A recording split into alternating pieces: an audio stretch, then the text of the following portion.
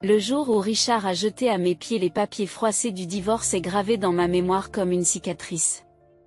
Je me souviens d'être restée là, figée, alors qu'il prononçait ces mots glaçants.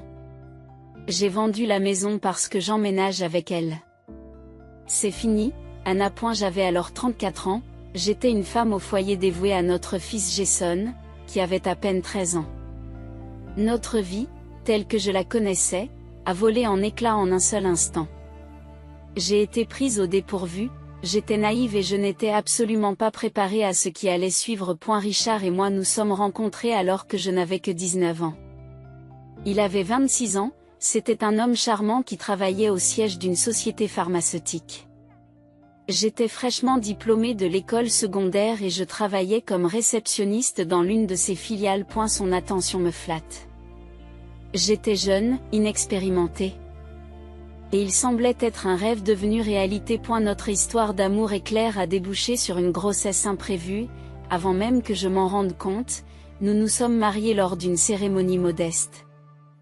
La vie était alors simple, du moins c'est ce que je pensais.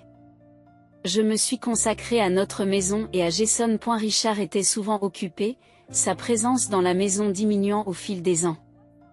Je ne me posais pas de questions. J'étais trop prise par le quotidien de l'éducation de notre fils et de la gestion de notre maison. Le jour où il est parti, tout s'est effondré.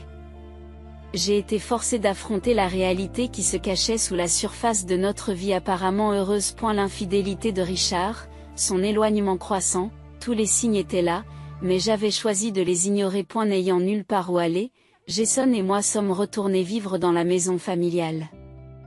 Ma sœur, Laura, et son mari n'étaient pas vraiment accueillants. Leur regard froid et leur conversation à voix basse montraient clairement que nous étions des fardeaux, des intrus dans leur vie bien réglée. Je me sentais perdue. Une diplômée de l'enseignement secondaire sans expérience professionnelle significative, soudainement chargée de trouver un emploi pour subvenir à mes besoins et à ceux de mon fils. Le marché du travail était intimidant. Chaque refus était un coup dur pour mon état déjà fragile, mais j'avais Jason à qui penser. Un jeune garçon plongé dans un monde de problèmes d'adulte. C'est pendant cette période de désespoir que j'ai trouvé un emploi dans un centre d'appel. C'était loin d'être idéal, mais c'était un début, une lueur d'espoir dans l'obscurité qui avait enveloppé ma vie. Le travail était difficile. De longues heures, des clients irascibles et une activité constante. Mais il me donnait un but. Quelque chose que j'avais perdu dans le chaos de ma vie personnelle. En naviguant dans les méandres du monde de l'entreprise, j'ai réalisé à quel point j'avais été protégée. Mon manque de connaissances, en particulier sur les questions juridiques telles que le divorce et la pension alimentaire, m'avait laissé vulnérable, à la merci des caprices de Richard. Cette prise de conscience a alimenté une flamme en moi. J'ai fait le serment de ne plus jamais me laisser aller à une telle impuissance. Je me suis plongée dans l'apprentissage, dans la compréhension du monde au-delà des limites de la maison et de la famille. Au fur et à mesure que Jason grandissait, je voyais l'impact de notre situation sur lui. Elle était silencieux, plus réservé que ses camarades, ses yeux avaient souvent une profondeur trop mature pour son âge.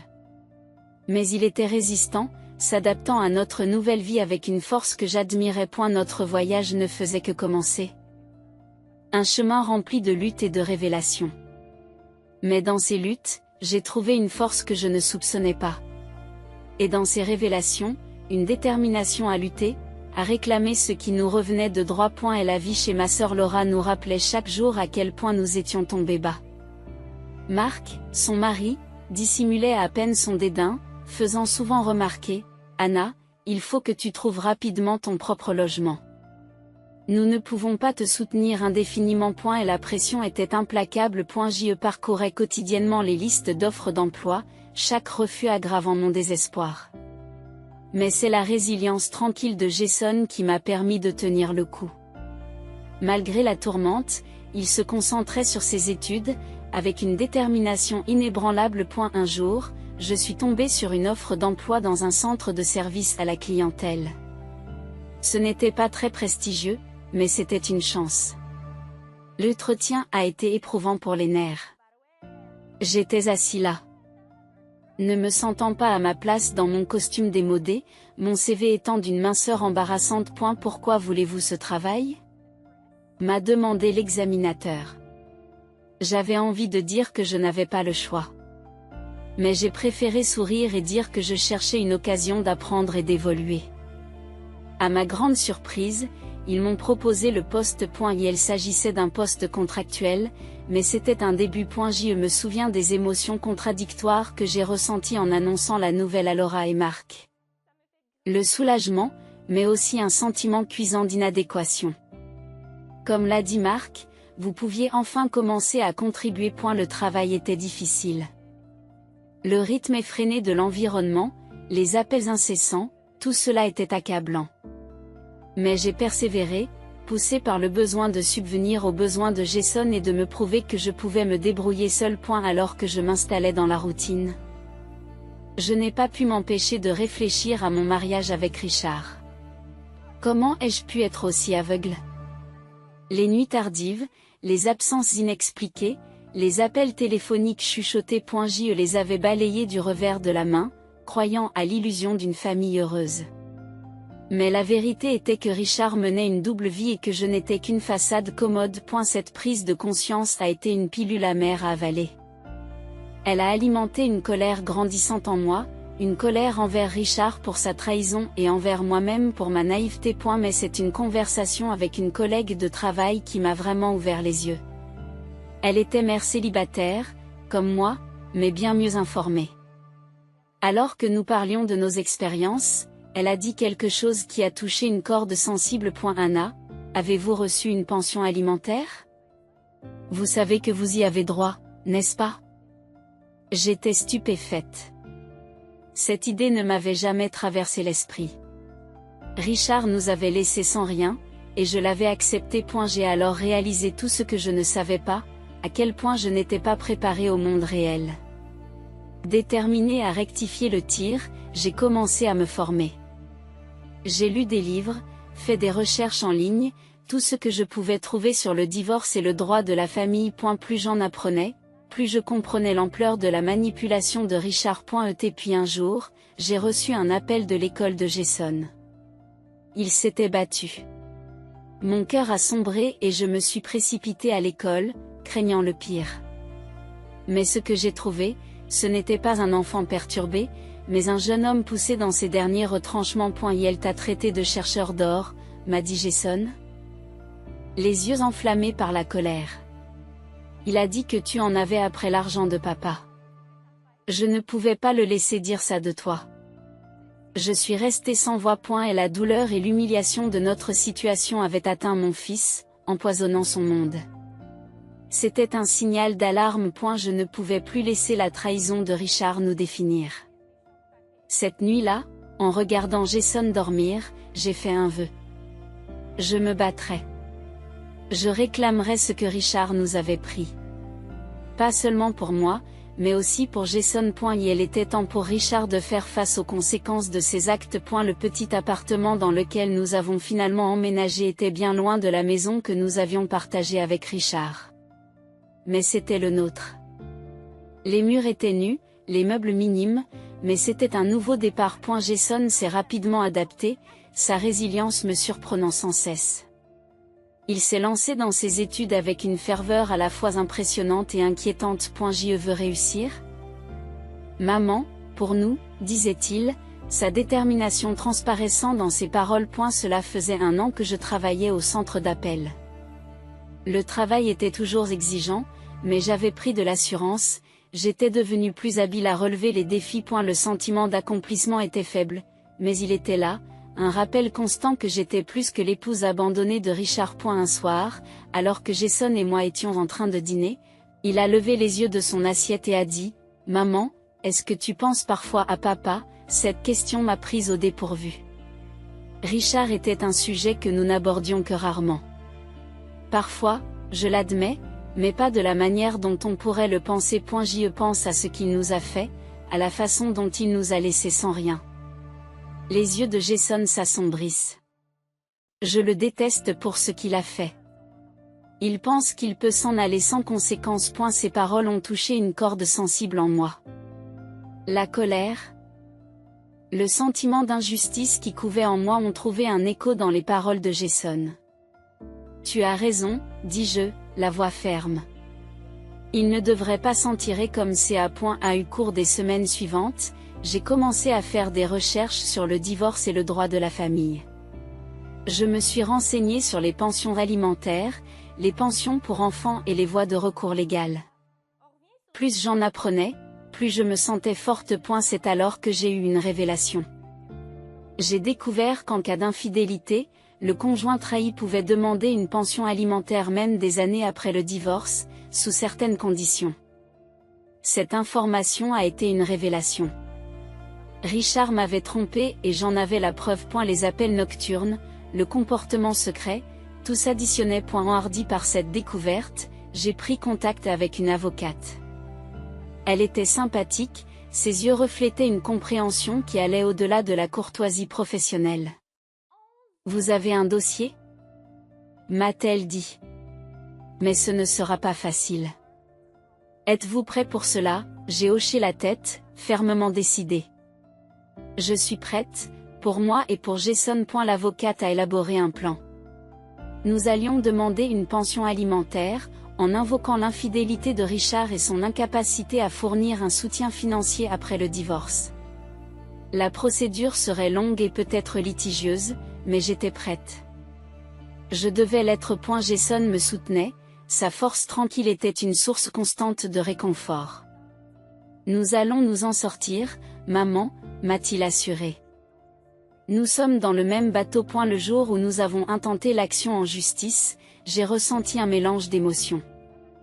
La peur, l'anxiété, mais surtout un sentiment de justice. Richard nous avait fait du tort et il était temps qu'il réponde de ses actes. Lorsque la procédure judiciaire a commencé, je me suis préparée à faire face aux conséquences. Richard n'allait pas se laisser faire. Mais je n'étais plus la jeune femme naïve qu'il avait laissée derrière lui. J'étais plus forte, plus sage, et j'étais prête à me battre. Et la bataille juridique contre Richard a été comme l'ouverture d'une boîte de Pandore. L'enquête de l'avocat a mis au jour bien plus qu'une simple infidélité. Elle a révélé la toile de mensonges et de tromperies que Richard avait tissée au fil des ans. Un après-midi, alors que nous étions assis dans le bureau de l'avocate, celle-ci nous a présenté un dossier. « C'est plus que ce à quoi je m'attendais », a-t-elle dit, le ton grave. Richard n'était pas seulement infidèle, il menait une double vie. Les documents contenus dans le dossier dressaient un tableau accablant, relevés bancaires, factures de cartes de crédit et photos, autant de preuves de la vie secrète de Richard, une vie remplie de luxe et d'indulgence, tout en négligeant sa famille. Regardez ça, dit l'avocat en montrant une photo. C'était Richard, l'air insouciant et heureux. Avec une femme qui n'était pas moi, son bras enroulé autour d'elle. Mon cœur s'est serré à cette vue, mais j'ai tenu bon. C'était la vérité, la réalité à laquelle je devais faire face. Le visage de Jason s'est durci lorsqu'il a regardé les preuves. Comment a-t-il pu faire ça? À nous, à toi. Sa voix était un mélange de colère et d'incrédulité. Nous lui ferons payer pour cela, dis-je, la voix ferme. Il ne peut pas s'en tirer comme ça. Le procès nous a coûté cher. Les avocats de Richard se sont montrés agressifs, essayant de me discréditer, de me dépeindre comme une ex-femme vindicative. Mais j'ai tenu bon, forte des preuves et du soutien de Jason et de notre avocat. Puis vint le jour de la déposition. Richard était assis en face de nous, l'air suffisant et confiant. Mais cette confiance s'est évanouie lorsque l'avocat a commencé à présenter les preuves. Richard, pouvez-vous expliquer ces dépenses, demande-t-elle, d'un ton accusateur. En faisant glisser les relevés bancaires sur la table. Les yeux de Richard ont parcouru les documents, et j'y ai vu une lueur de panique. Ce sont des dépenses personnelles. Elles n'ont rien à voir avec mon mariage. Et ces photos, poursuivit l'avocate, le regard inébranlable. Elle raconte une autre histoire. Et la façade de Richard commence à se fissurer. Il cherche ses mots et perd son sang-froid. Ce n'était rien de sérieux. Juste une aventure. Une aventure? Intervint Jason, d'une voix glaciale. Tu as détruit notre famille pour une aventure, la tension est palpable dans la pièce. L'avocat de Richard tente d'intervenir, mais le mal est fait. Les preuves sont accablantes. Les excuses de Richard étaient faibles et peu convaincantes. En quittant la déposition, j'ai ressenti un sentiment de revanche. Richard avait été démasqué pour ce qu'il était vraiment. Un tricheur. Mais ce n'était pas encore fini. Le procès allait se poursuivre et je savais que Richard se défendrait. Mais j'étais prête. Pour la première fois, je me sentais maître de la situation, je n'étais plus victime de la trahison de Richard. Je me battais, non seulement pour moi, mais aussi pour Jason, pour la vie que nous méritions. Le procès contre Richard traînait en longueur, chaque audience étant plus litigieuse que la précédente. Mais au milieu de cette agitation, un événement surprenant s'est produit.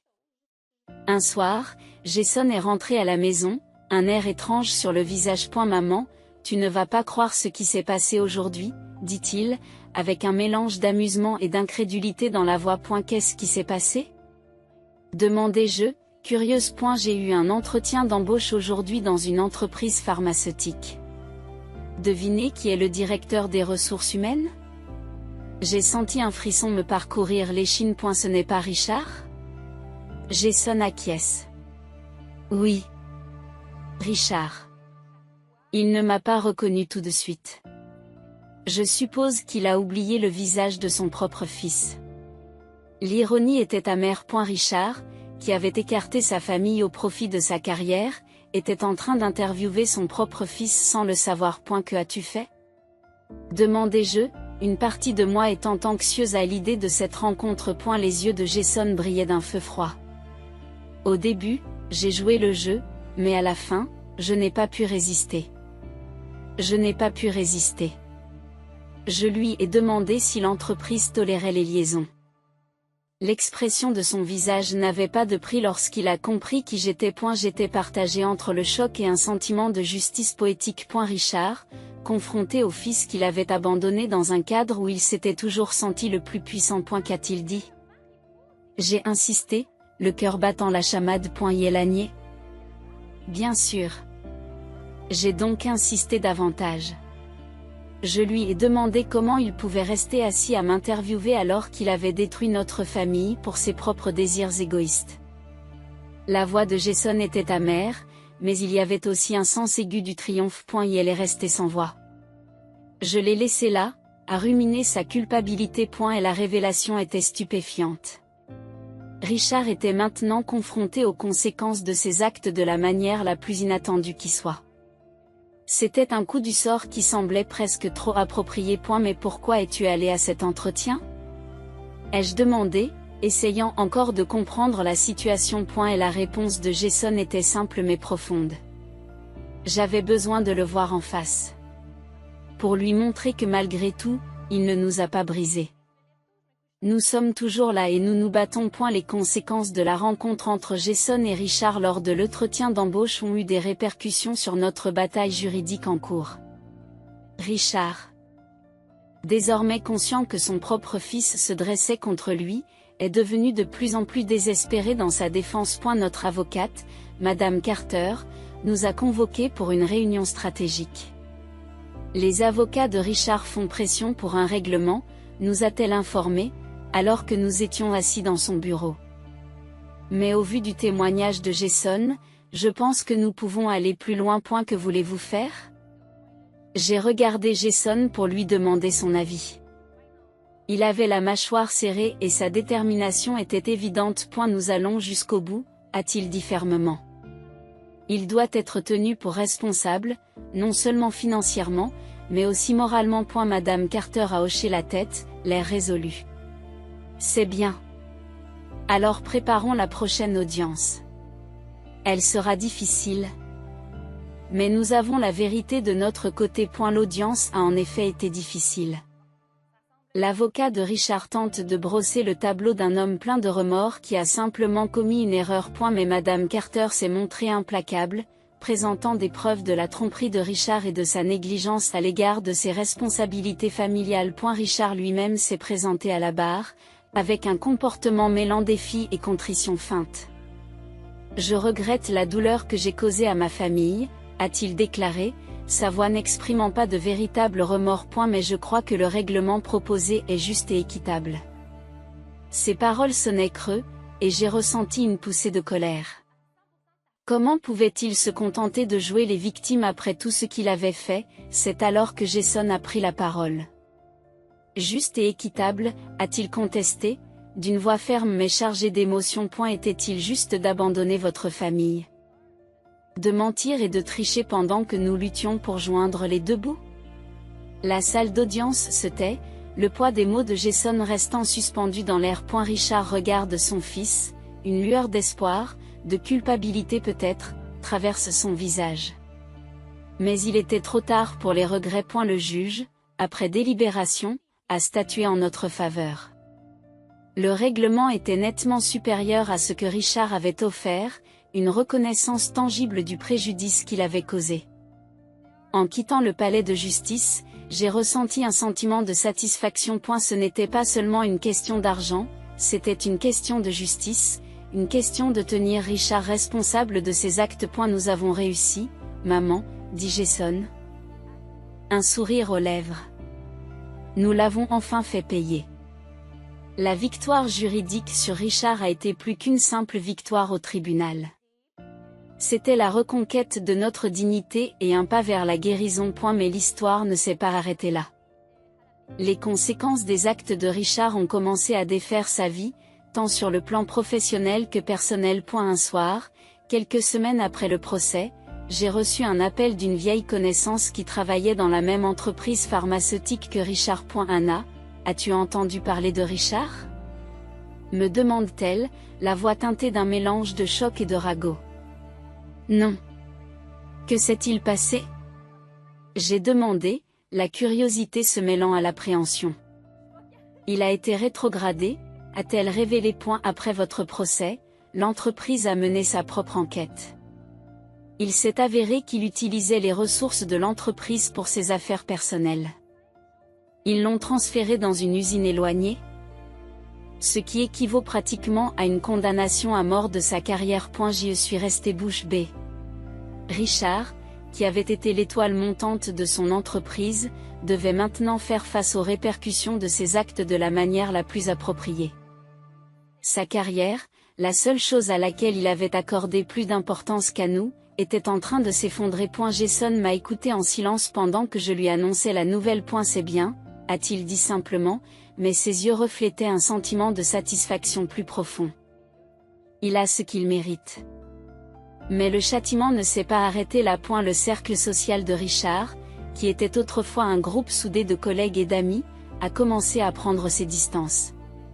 Sa réputation, ternie par le procès et l'enquête de l'entreprise, est devenue un handicap. J'ai appris de diverses sources que Richard était tombé en disgrâce, qu'il avait dû vendre son appartement pour couvrir le règlement et les frais de justice.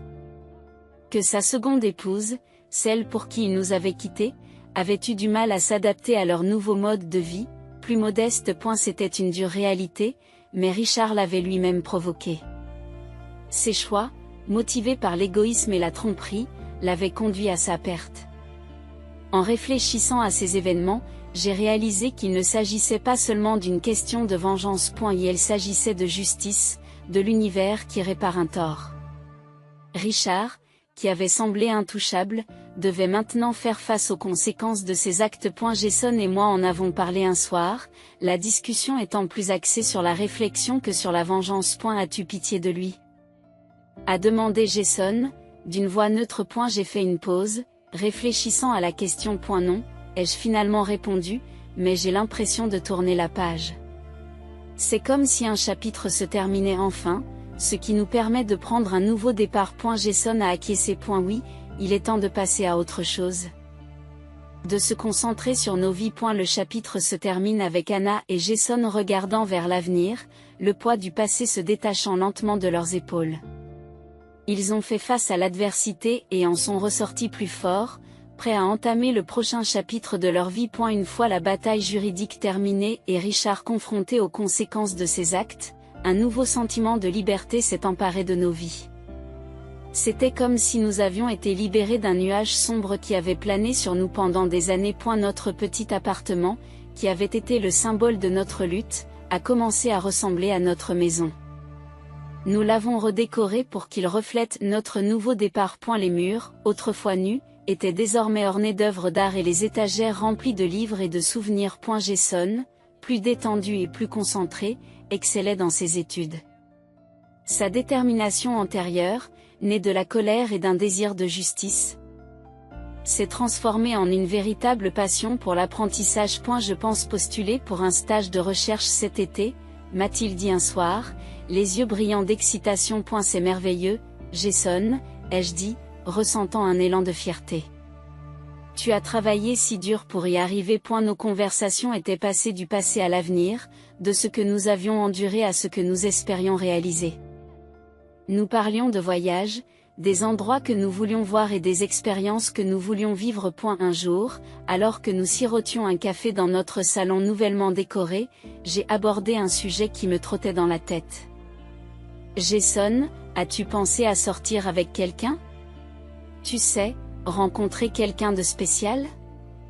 Il a gloussé, un peu gêné. J'étais tellement concentré sur l'école et tout le reste. Mais oui, je crois que je suis prêt à sortir avec quelqu'un. Je souris, heureuse de le voir envisager un aspect normal et heureux de la vie. Après tout ce que nous avions vécu, c'était une victoire en soi. Quant à moi, j'avais évolué dans mon rôle au centre d'appel, assumant davantage de responsabilités et encadrant même de nouveaux employés. Le travail qui avait été une nécessité était devenu une source d'épanouissement. Un soir, alors que nous étions en train de dîner, Jason a levé les yeux de son assiette et a dit « Maman, j'ai réfléchi. Nous devrions inviter grand-mère à venir vivre avec nous. Elle est seule depuis la mort de son grand-père et je pense qu'elle se plairait ici. Cette suggestion m'a fait chaud au cœur. Je pense que c'est une excellente idée, Jason. Elle a toujours été là pour nous. Ce serait bien de la voir près de nous. Nos vies avaient pris un tournant vers la paix et le contentement, avec grand-mère vivant maintenant avec nous, notre maison se sentait plus remplie, débordant de rires et d'histoires du passé. Sa présence nous apportait un sentiment de plénitude, un lien avec nos racines qui nous manquait depuis longtemps. Un soir, alors que nous étions assis ensemble, grand-mère nous a raconté des histoires de sa jeunesse, des défis qu'elle avait relevés et surmontés. La vie est une tapisserie d'expériences, disait-elle, ses yeux reflétant la sagesse de ces années. Certaines parties sont sombres et difficiles, tandis que d'autres sont lumineuses et joyeuses, mais ensemble, elles forment un tableau magnifique. Ces paroles ont résonné en moi. Notre parcours avait été tumultueux, marqué par la douleur et la lutte, mais il avait aussi été un parcours de croissance et de résilience. Nous sommes sortis de l'obscurité, non pas indemnes, mais plus forts et plus sages. Jason, désormais plus confiant et plus motivé, était devenu l'incarnation de cette résilience. Ses études étaient florissantes et il avait même commencé à sortir avec une personne rencontrée à l'université. Le voir si heureux et épanoui me remplissait d'une joie indescriptible. Quant à moi, j'avais trouvé une raison d'être au-delà du centre d'appel. J'ai commencé à faire du bénévolat dans un centre communautaire local, en aidant d'autres femmes qui avaient été confrontées à des défis similaires. Partager mon histoire et prêter une oreille attentive m'a apporté un sentiment d'accomplissement que je n'avais jamais connu auparavant. Un soir, alors que Jason et moi étions assis sur notre balcon, regardant les étoiles, un sentiment de calme nous a envahis. Maman, est-ce que tu penses encore à papa? Il m'a demandé, d'une voix douce. Je me suis arrêtée, réfléchissant à la question. Parfois, ai-je admis. Mais ce n'est pas de la colère ou du ressentiment. Je pense au chemin que nous avons parcouru depuis. Je pense qu'il faisait partie de notre histoire, mais qu'il n'en était pas l'élément déterminant. Jason a hoché la tête en signe de compréhension. Oui, je ressens la même chose. Il n'est qu'un chapitre de notre passé. Nous sommes restés assis en silence pendant un moment. Chacun perdu dans ses pensées. Le voyage que nous avions entrepris n'était pas celui que nous avions choisi, mais il nous avait façonnés d'une manière que nous n'aurions jamais pu imaginer.